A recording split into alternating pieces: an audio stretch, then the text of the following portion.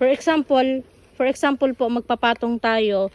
Kukuha tayo ng kutsilyo. For example, kutsilyo to. Gaganyanin lang natin. Ito, medyo susugatan lang natin ng konti. Ito, para bumuka.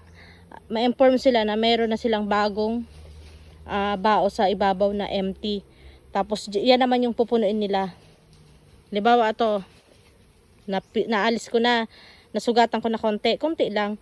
Tapos, ilalagay natin to. Yan na, nakapatong na. Halimbawa ito, sinugatan ko konti, ganyan lang. Ganyan ko lang. Yung kutsilyo para kung matigas kasi matigas na yan eh. Tapos igaganyan na natin. Yan. Kung pwede pa, dito pa sa dito pa butasan konti, tapos patungan ulit.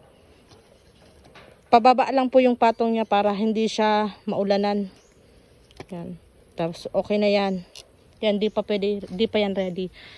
Katapos, ang pipiliin lang natin na bao yung may mata. Yung ganito, para hindi mahirapan may butas na, hindi mahirapan yung mga bis natin. Lahat yan may mata.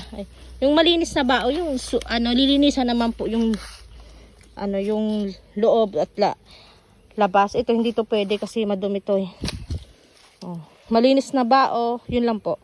At kutsilyo, gaganyanin lang. Bilis lang.